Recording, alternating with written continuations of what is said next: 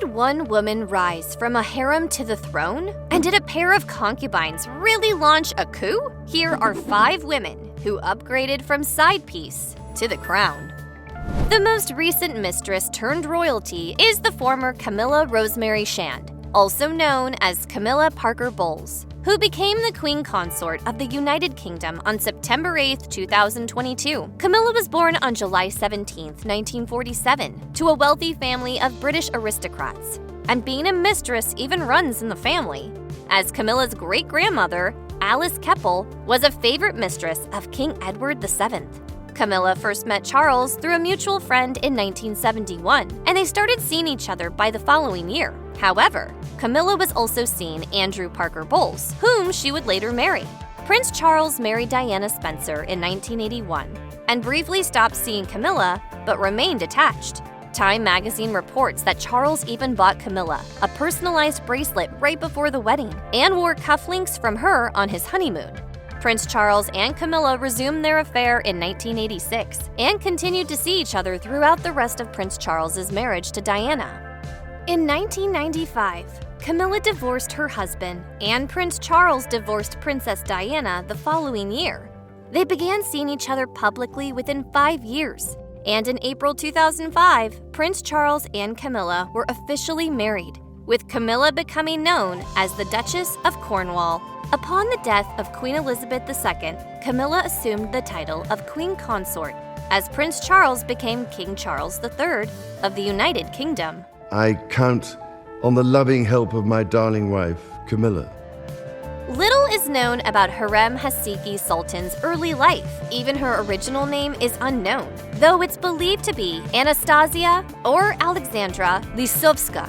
Hurrem was born around 1505 in the Kingdom of Poland, and when she was less than 15 years old, she was kidnapped by Crimean Tatars who raided her village. She was subsequently trafficked to Constantinople in the Ottoman Empire to be sold into sexual slavery. The Collector writes that in Constantinople, Hurrem was reportedly purchased by someone who gave her to Sultan Solomon as a gift around 1520.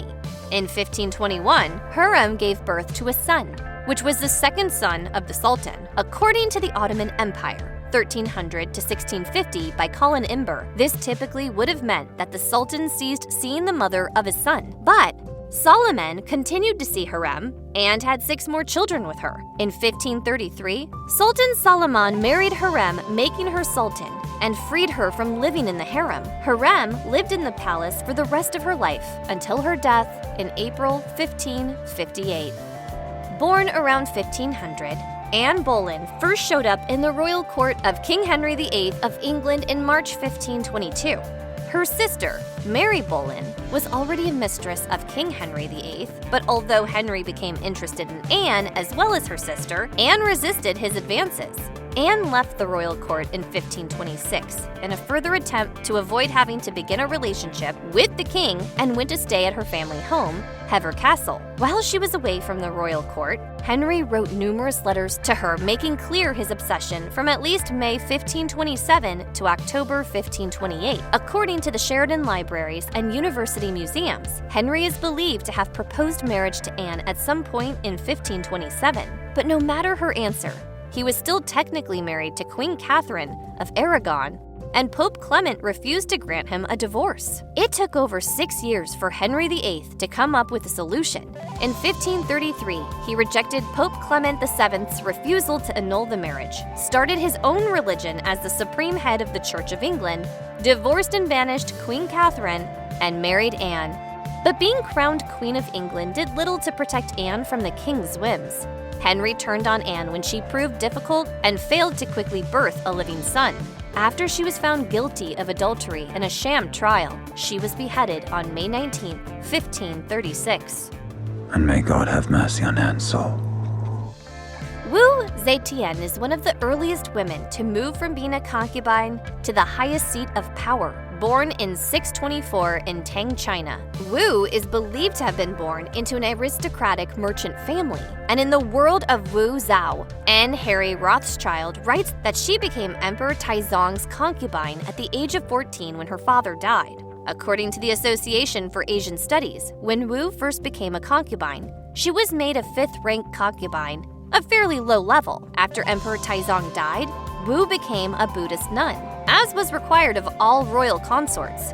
But the new emperor, Gaozong, had become enamored with Wu while she was Taizong's concubine and brought her back to the royal court from the temple. But this time, Wu was made second-rank concubine. At this time, Emperor Gaozong was married to Empress Wang and had another favored concubine, Zhao. But Wu continued to win his favor, especially after having several sons by him. Smithsonian Magazine writes that Wu possibly consolidated her power by accusing both Empress Wang and Zhao of infanticide, resulting in their executions. But once they were gone, Wu became Empress Wu. After Emperor Gaozong lost his eyesight in 660, Empress Wu took over the Tang dynasty. She was overthrown in 705. Considered to be the most powerful empress in the history of China, Empress Dowager Cixi was once just one of the emperor's many concubines. Born Yihe Nara Singh in 1835 to a family of government officials in China, Cixi was taken to be a concubine by Emperor Wenzong of Qing when she was just 16 years old. According to The Guardian, Cixi was initially a lower-rank concubine, but she became more highly regarded after she had a son, Zaichun. After the death of the emperor, Cixi joined forces with Empress Dowager Zhen, who had also previously been a concubine, and the pair launched a coup to take control of the empire. Cixi and Empress Dowager Zhen ruled together until Zhen died in 1881, at which point Cixi became the sole ruler of China as Empress Dowager.